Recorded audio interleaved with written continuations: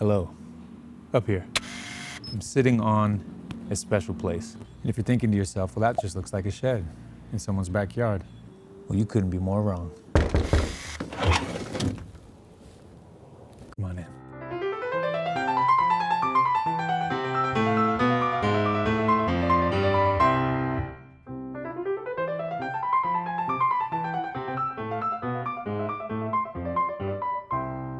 Welcome to my at-home art and content studio. I get questions often about equipment that I use for filming, art supplies that I use for painting, and just other questions in general when it comes to stuff like YouTube. So I thought I would just give a tour of my space so I can go over what I use and why. I have a full video about how I made this studio that you can watch here, but essentially I started as many do, painting in my bedroom, which is not ideal. Obviously, I quickly outgrew that and wanted a space of my own. Before deciding to look for possible external spaces that I could rent, I decided to look within my backyard. I had a tool shed that was just collecting dust, junk, and rat poop. So I thought, why don't I just transform it into my own art studio? And after gutting it, I put up some wall insulation, some drywall, and just a basic layer of paint. And then I kind of reused some of the shelving and furniture that was already in it. It worked well for a little while, but I live in California. Without the ceiling being insulated and blocked off, summers got really hot and the winters got really cold. So I decided to insulate and seal the roof as well, and just putting in some track lights and some reset lights to make sure I always had really good light, which brought it to where it is today.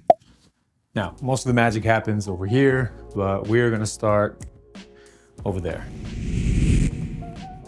Obviously, this is a very small studio. I'm about 6'3", and I can't even stretch my hands out here without hitting the ceiling. It's 8 feet wide by 20 feet long. So it takes a little creativity to maximize the space of a narrow, rectangular shaped, small building.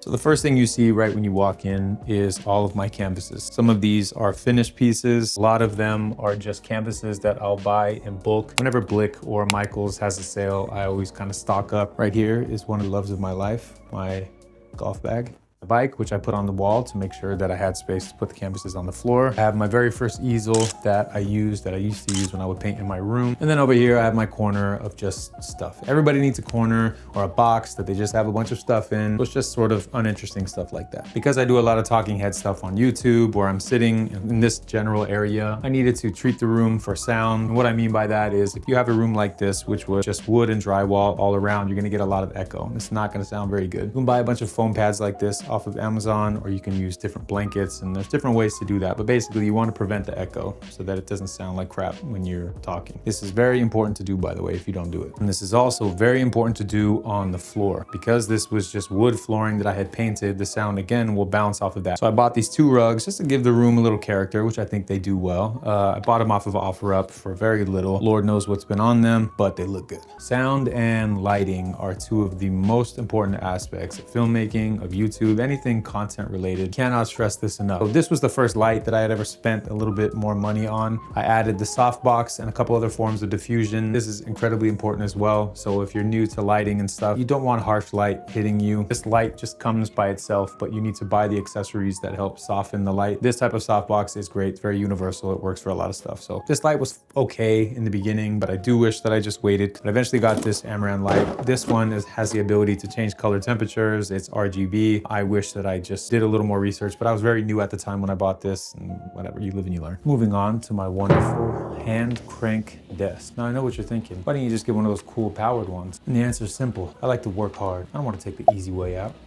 Just kidding. These came out before the electric ones popped off. I should really get one. On this beautiful ancient desk, I have my MacBook Pro, which my entire life runs off of. If I was stranded on an island and I needed 2 things, I would bring Mia and my MacBook Pro. Next is my recent purchase of a Mac monitor. I have never had a monitor before, but it's an absolute game changer when it comes to video editing and definitely color grading. It's one of those things where once you get it, you're like, how the hell did I ever operate without this? And then of course I have my desk family, Bob, cup, hand, and fan. Gang's all here. Okay, now it's time to rotate to where the magic actually happens.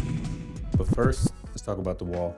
I'm gonna start the art side with one of the most important aspects and my favorite parts of this studio, and that is the custom wall easel. As you already have learned, this is a small space. A traditional easel comes out a few feet off the floor and it just takes up a lot of space. So I wanted something that could really maximize the space. So I got this idea from the artist Andrew Tischler, who's a wonderful oil painter. He's got some really beautiful studios, and I saw him do the same thing and just thought I have to take this idea. It's the most convenient thing in the world because you just screw an opposite piece into the back of the canvas and you hang it onto the wall. Definitely one of my favorite parts of the studio. Moving on to the carts that I use.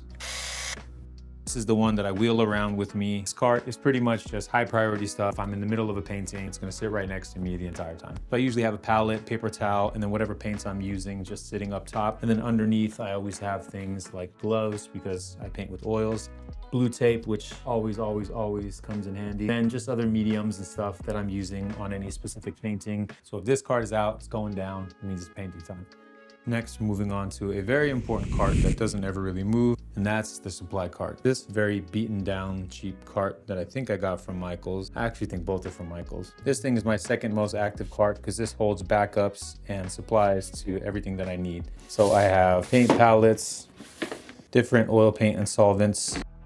I definitely always put the caps back on my paint. More oil paint, paint brushes, drawing supplies. I keep all of this in case I need to do underdrawings or sketches for paintings. This is a drawer full of stuff I never use that I keep thinking I'm gonna use, like paint pens and oil pastels. I never use them. This is just extra acrylic paint. This is a random junk drawer, screen cleaning, chargers, cables, and then kind of more scattered junk, just bigger brushes, wall hanging stuff if I want to hang anything.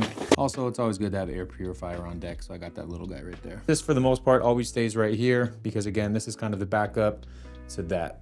And then my more long-term art supply storage is right there. Now, if you're asking yourself, are those milk crates? You're asking the right questions, because yes, they are milk crates. Whenever you're trying to get your art studio situation sorted, one thing that you're trying to do is find different ways to cut costs, because you know art supplies or filmmaking supplies are going to be expensive. So I happened to be watching a video from another artist. He had these in his studio, but I just loved it. Very minimal, and it's reusing all the stuff that I actually used for the studio. So when I painted the studio, these paint cans are with the paint that I painted the studio with. This board was ripped off of something I think that we demoed out of the studio, so it's acting as sort of the bottom platform. And then the milk crates, which were very inexpensive. I can't remember how much I spent, but they're not a lot. And a lot of times you can actually find them for free. So I just thought it made for cool, creative looking shelving without having to break the bank.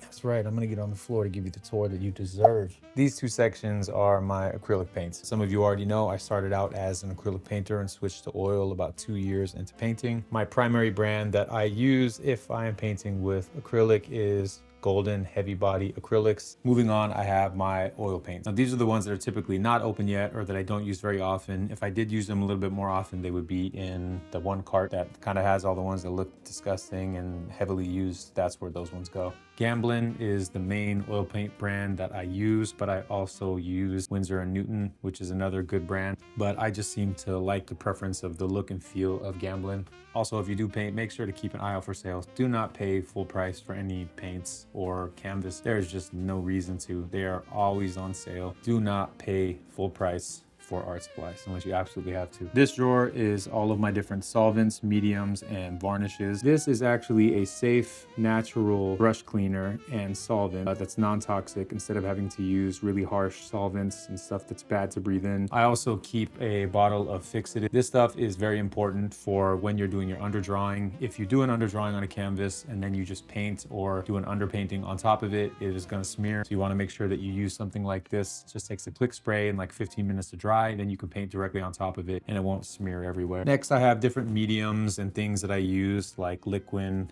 linseed oil. For varnish, the only two brands that I've ever used are Liquitex and Gamblin's Gamvar. When I was doing acrylic painting, I used Liquitex more. It seems like I like the look of it and the feel of it better on acrylic paintings for some reason. And the Gamvar I like to use on oil paintings. I pretty much always use satin when it comes to the finish. I think satin gives you the best of both worlds. Gloss can be a little too shiny. Matte is just matte. I think satin's the way to go. Oh, there's a dead fly right there. Lovely. And then up here, my boy Julio bought me that, which is hilarious. If you know, you know. Painting I did, my very first painting that I ever did. Cool on-air thing, one of those clapboards. And then this is actually my grandpa's ook that is from Hawaii. I don't know if you can see in there. I'll try to get a better shot of it later. Lanakai, Hawaii. And this was from when he was in the military and he was stationed over there. Very cool. I'm glad that I have it.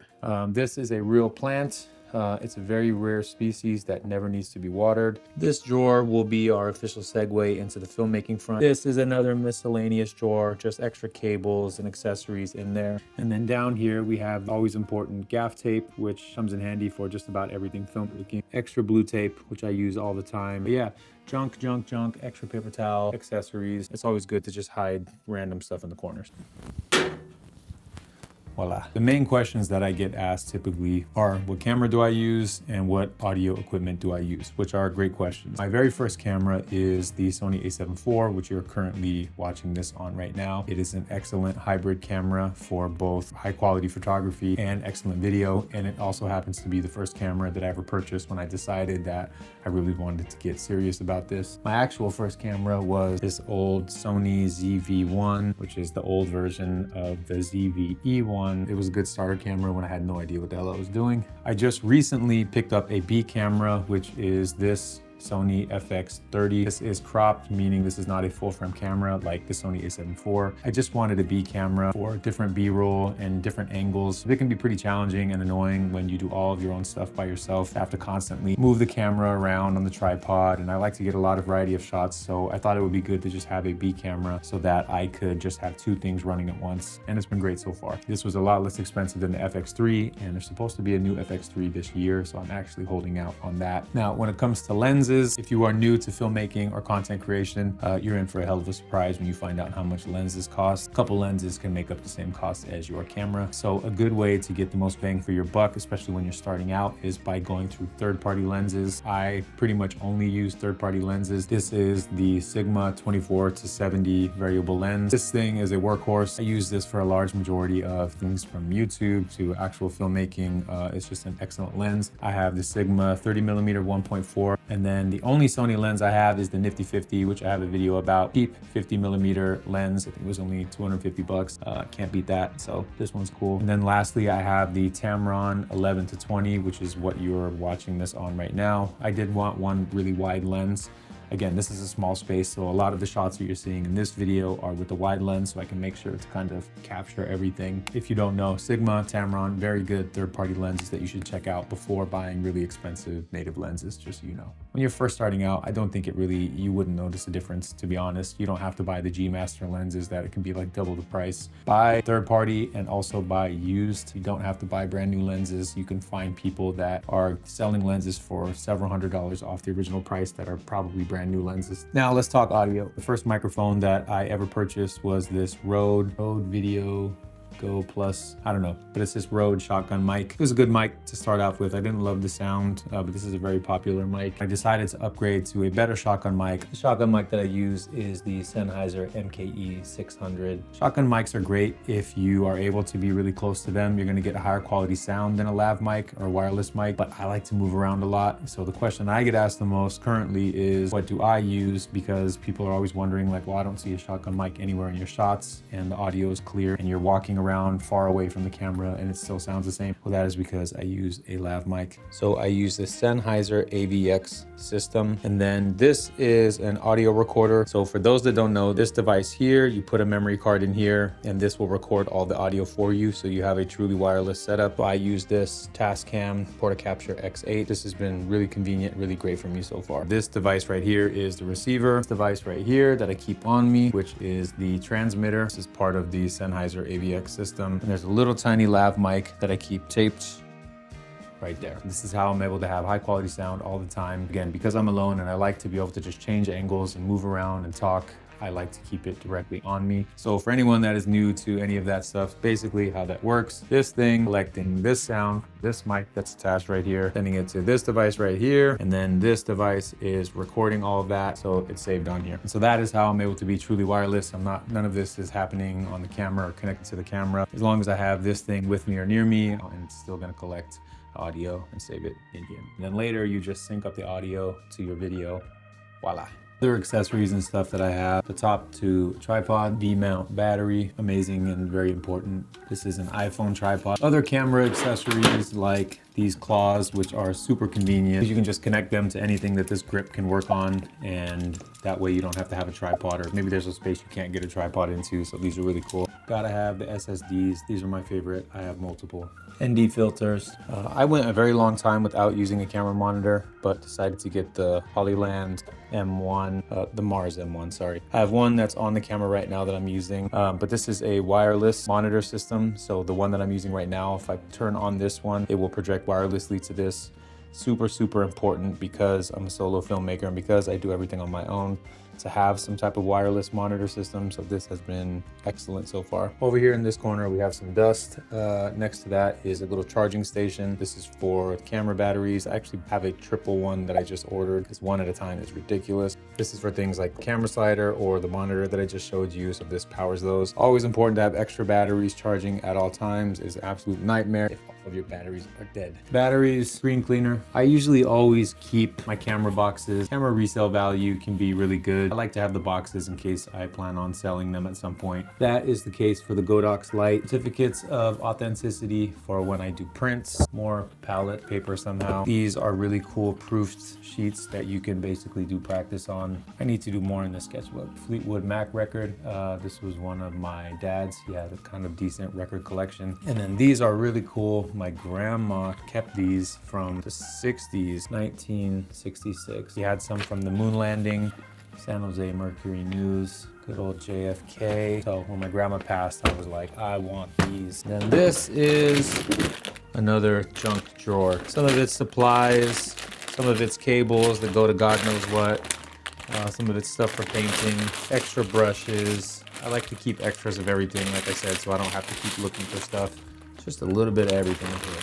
This section is completely unrelated to anything I do. This is my golf section. I feel like I've been talking for a while. What time is that? That is an RGB corner stick light thing. Changes colors. I'm actually kind of pissed. This feels like false advertising. It was way brighter on Amazon in its pictures, so they're gonna have to hear from me. This chair is actually a very sweet gift from my now fiance. Years ago, when I decided to stop thinking about acting and actually pursuing acting, she surprised me with this custom director's chair. Very sweet gift from a very sweet woman who has always been so supportive in all of my pursuits. Well, friends, I'm afraid this is the end of our tour. I want to thank you for stopping by. This place means a lot to me, and so I'm glad that I got to share it with you. If you have any questions about anything that you saw in here, or if you're interested in any of the stuff that I use, it will all be linked in the description. I had to learn about all of this stuff on my own, so I'm more than happy to give any advice or insights or help. If you have any questions, just let me know, and I'll try to help you best I can. I'm gonna send you off with a song today. I don't know how to play this. Thanks again for watching, and I will see you on the next one. What time is it?